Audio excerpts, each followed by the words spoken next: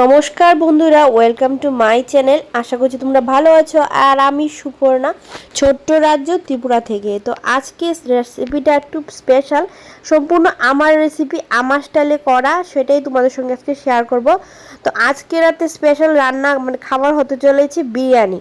তো তোমরা এটা বিরিয়ানিও বলতে পারো, আবার ফ্রাইড রাইসও বলতে পারো, যেটা খুশি বলতে পারো। দুটোই কিন্তু এর সাথে যায়। আর একদম সিম্পলের মধ্যে কীভাবে বানাচ্ছি আমি তোমাদের সঙ্গে আজকে সেটাই শেয়ার করব। তো চালগুলি আগে ভালো করে ধুয়ে নেওয়া হচ্ছে। আর এই চালের মধ্যে না একটা পলিশিং ভাব থাকে, পিচ্ছিল পিচ্ছিল। তো সেটা ভালো করে না ধুলে না চালটা ভালো করে ভিজতে চায় না। আর সকালবেলা বর অল্প একটু চিকেন নিয়ে এনেছিল, চিকেন রান্না হয়েছিল। তো তার জন্য কিন্তু স্পেশালি আজকে এই ফ্রাইড রাইসটা করা। আর তার একটা বড় কারণ হচ্ছে ঘরের মধ্যে একটা বড় সাইজের শিমলা মরিচ আছে, তো সেটা তো একটা কাজে লাগাতে হবে।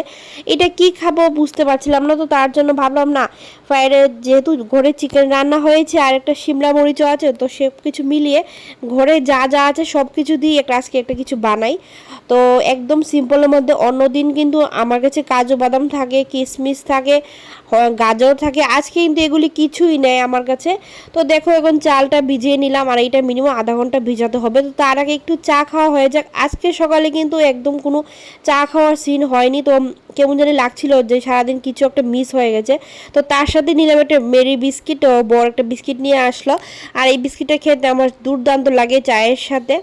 তোমরা কারা কারা রাত্রে চা খেতে পছন্দ করে অবশ্যই কমেন্ট করে জানাইও। তো চা খেয়ে চলে আসলাম আবার রান্না করে। তো এদিকে দেখলাম জলটা গরম হয়ে গেল ডেগে। তো সেটা এখন চালটা দিয়ে দেবো। চালটা অনেকটাই ফুলে গেছে। আর দেখো একদম বয়েলিং হচ্ছে। আর এই দেখো চালটা ফুলে অনেকটা বেড়ে গেছে। এখন আমি এটা হাঁড়ির মধ্যে দিয়ে দেবো। আমার কাছে সব সময় বিরিয়ানি থেকে ফ্রাইড রাইসটা বেশি পছন্দ, কারণ বিরিয়ানির মধ্যে প্রচণ্ড পরিমাণে তেল মশলা অনেক কিছুই থাকে, যেটা ফ্রাইড রাইসের মধ্যে তুলনামূলক কম থাকে। আর ফ্রাইড রাইস কিন্তু সিম্পলভাবে বানানো যায়, যেটা বিরিয়ানির মধ্যে করা যায় না। বিরিয়ানির মধ্যে হরেক রকম মশলা দিতে হয়। তো আমি কিন্তু একদম সিম্পলভাবে রাতের জন্য বানাচ্ছি, আর কোনো রিচ না, এটা সবাই খেতে পারবা। এখন কিন্তু আগের মতো আমাদের ঘরে এখন চিকেন রান্না খুব কম হয়।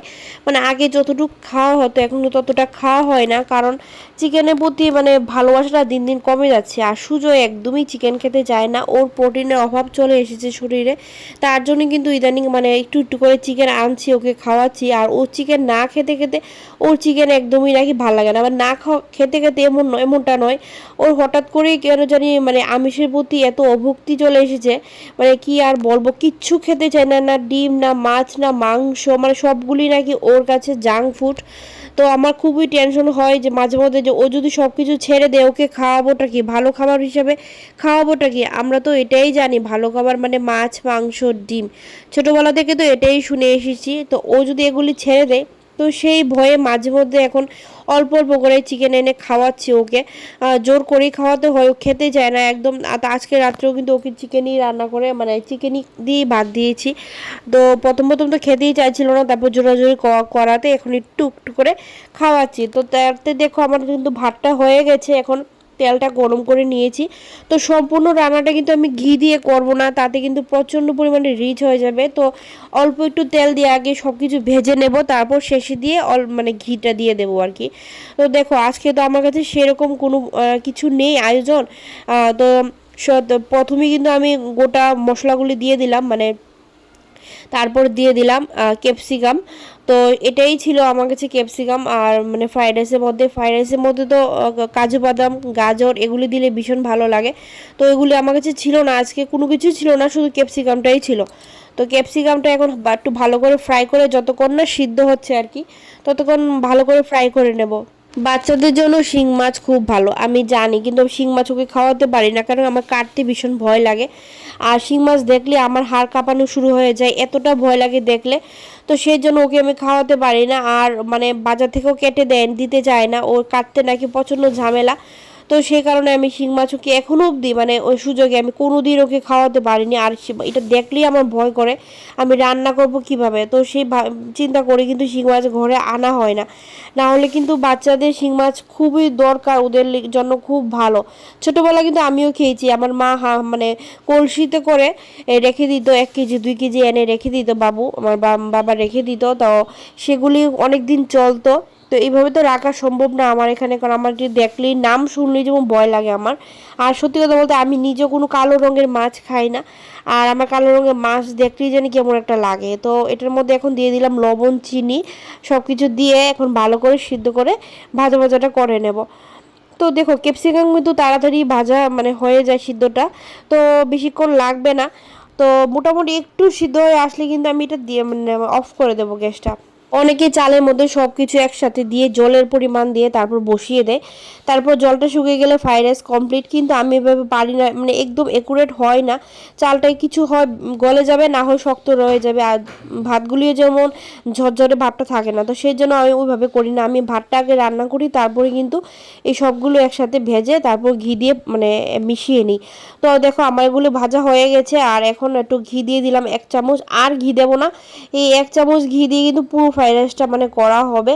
আর বেশি তাতে কিন্তু হেলদিও ভাবটা থাকবে, আবার বেশি ক্ষতিও করবে না, গ্যাস হবে না, কিছুই হবে না। তো এভাবেই কিন্তু আমি করি। দেখো ঘিটা একটু হালকা ভাজবো, বেশি ভাজলে আবার সেন্টটা চলে যাবে, তো হালকা ভেজে নিচ্ছি। এবার গ্যাসটা দিব অফ করে, আর গ্যাসটা অফ করে দিলাম। এবার আমি হাঁড়ির মধ্যে এটা ঢেলে দেবো। তো আমার এটা কিন্তু একদম ফুললি কমপ্লিট, আর কিছুই মেশাবো না। তো দেখো ভাতটা কিন্তু একদম ঝরঝরে গরম অবস্থায় আছে, সেই অবস্থায় কিন্তু আমি আগে মানে ওটা মিশিয়ে দেবো। এই খাবারটা দোকানে গিয়ে মানে রেস্টুরেন্টে গিয়ে খেলে হয়তো অনেক টাকা লাগবে, আর অনেক টাকাই নষ্ট হতো। তো তার থেকে একটু পরিশ্রম হবে ঠিকই, কিন্তু যদি বাড়িতে বানানো যায় মানে পরিমাণও বেশি হয়, প্লাস আবার খাওয়াও হেলদি, আর খেতে সুস্বাদু হয়, সব দিকে কিন্তু ভালো। আমি মনে করি রেস্টুরেন্টে মাঝে মধ্যে যাওয়া দরকার সবারই, কিন্তু তা তো যদি বাড়িতে বানানো যায় তা সেটা কিন্তু আমার মনে হয় অনেক বেশি ভালো। আর দেখো এখন মিশিয়ে নিচ্ছি সব কিছু একসাথে, বা গরম ভাতের মধ্যে মিশালে বেশি ভালো। যদি ঠান্ডা করে মিশানো হয় সেরকম ভালো করে মিশতেও যায় না, আবার সেরকম সেন্টটাও আসে না। তো গরম অবস্থায় কিন্তু আমি এগুলি মিশিয়ে দিচ্ছি, ভাতটাও গরম আছে, আর আর যে মশলাটা রেডি করলাম সেটাও কিন্তু একদমই গরম। এখন ভালো করে মিশিয়ে নেব ভাতের মধ্যে, ঢাকনা লাগিয়ে মিশাতে হবে। এমনি মিশাতে গেলে যদি মানে হাতা দিয়ে মিশাতে যাই তাহলে কিন্তু ভাতগুলি ভেঙে যাবে। তো এখন ঢাকনাটা দিয়ে দিলাম, দিয়ে এবার ভালো করে নাড়িয়ে নেব যতটুকু সম্ভব আর কি। তো হাঁড়ির মুখ থেকে ফ্রাইড রাইসের যে পরিমাণটা সেটা যদি একটু নিচে থাকে তাহলে কিন্তু বেশ বেশি ভালো হয় মিশাতে। আর যদি একদম ভরে যায় হাঁড়িটা তাহলে কিন্তু মিশাতে কষ্ট হয়। আলাদা পাত্রের মধ্যে ঢেলে তারপরে কিন্তু মিশাতে হয়, কিন্তু আমি আজকে দেখো পরিমাণে কম করেছি শুধু রাত্রে খাওয়ার জন্য। তো সেই কারণে কিন্তু ভালো করে মিশাতে পারছি ড্যাগের হাঁড়ির মধ্যে, না হলে কিন্তু অন্য পাত্রে ঢেলে তারপর মিশাতে হতো। তো আমার কিন্তু মিশানো প্রায় অনেকটা কমপ্লিট হয়ে গেছে, এবার চেক করব ভালো করে মিশেছি কিনা। তো হাঁড়িটা খুলে দেখি ভালো করে মিশে গেছে, অনেকটাই সুন্দর করে মিশে গেছে। দেখো কালারটাও একটু একটু চেঞ্জ হয়েছে। তো এটার মধ্যে একটা মশলা দেওয়া বাকি আছে এখনও, সেটা হচ্ছে বিরিয়ানি মশলা, যেটা আমার ওইগুলি ভাজার সময় দেওয়াই উচিত ছিল, মানে একদমই খেয়াল নেই। তো সেটা আমি পরেই অ্যাড করব। তো ওইটা দিলে একদম পারফেক্ট মানে বিরিয়ানির মতোই লাগবে অনেকটা, মানে ফ্রাইড রাইস। সেই জন্যই বললাম বিরিয়ানিও বলতে পারো, ফ্রাইড রাইসই বলতে পারো, কারণ এটার মধ্যে আমি বিরিয়ানি মশলা যেহেতু দিয়েছি তার জন্য আমি বললাম যে এটা বিরিয়ানিও প্লাস ফ্রাইড রাইস দুটোই বলতে পারো। তো দেখো আমি কিন্তু বিরিয়ানি মশলাটা দেওয়ার পরে এবার এই রঙটা এসেছে, আর একদম দেখতে কিন্তু বিরিয়ানির মতোই লাগছে, খুবই সুন্দর হয়েছে, আর খেতেও কিন্তু দুর্দান্ত হয়েছিল। তো আমার তো আর সইছে না, সবারই সুযোগে যেহেতু খাইয়ে দিয়েছি এখন আমরাও খেতে বসে পড়বো। তো এখন সুযোগে একটু টেস্ট করাবো। ওর ভাত খাওয়া হয়ে গেছে, তারপরও যেহেতু রান্না করেছি এখন ফ্রাইড রাইস, তো ওকে না দিয়ে খেতেও ভালো লাগে না। তো তার জন্য ওর জন্য একটু অল্প প্লেটে করে নিয়ে নিলাম ওকে খাওয়াবো বলে। ও জানি বেশি খাবে না, ওর ভাত খাওয়া হয়ে গেছে, তারপর ওকে একটু টেস্ট করাবো। তোমরা নিজেরাই দেখতে পাচ্ছ ভাতগুলি কত ঝরঝরে, একটার সাথে একটা একদমই লেগে নেই, আর লম্বা লম্বা হয়ে আছে, চালগুলো দেখতেও কত সুন্দর হয়েছে। তো এটাই ছিল আমার ফ্রাইড রাইসের রেসিপি। তো ওর খাওয়া হয়ে গেছে, ওকে ঘুম পাতিয়ে এবার আমরাও খেতে চলে আসলাম দেখো। আর এখন আমরা যেন ফ্রাইড রাইসটা বেড়ে নেব থালের মধ্যে। আর দেখতে খুবই সুন্দর হয়েছিল, সত্যি খেতে এত সুস্বাদু হয়েছিল। তোমরা এভাবে সিম্পলভাবে করে খেয়ে দেখতে পারো, আসলেই খেতে ভালো লাগে আর একদম হেলদি। তো বন্ধুরা আজকে বিরিয়ানির রেসিপিটা কীরকম লাগলো অবশ্যই কমেন্ট করে জানিও। আজকের জন্য ব্লগটা এতটুকুই, আশা করছি ভালো লাগলো। তো ভালো থাকো, সুস্থ থাকো, টাটা।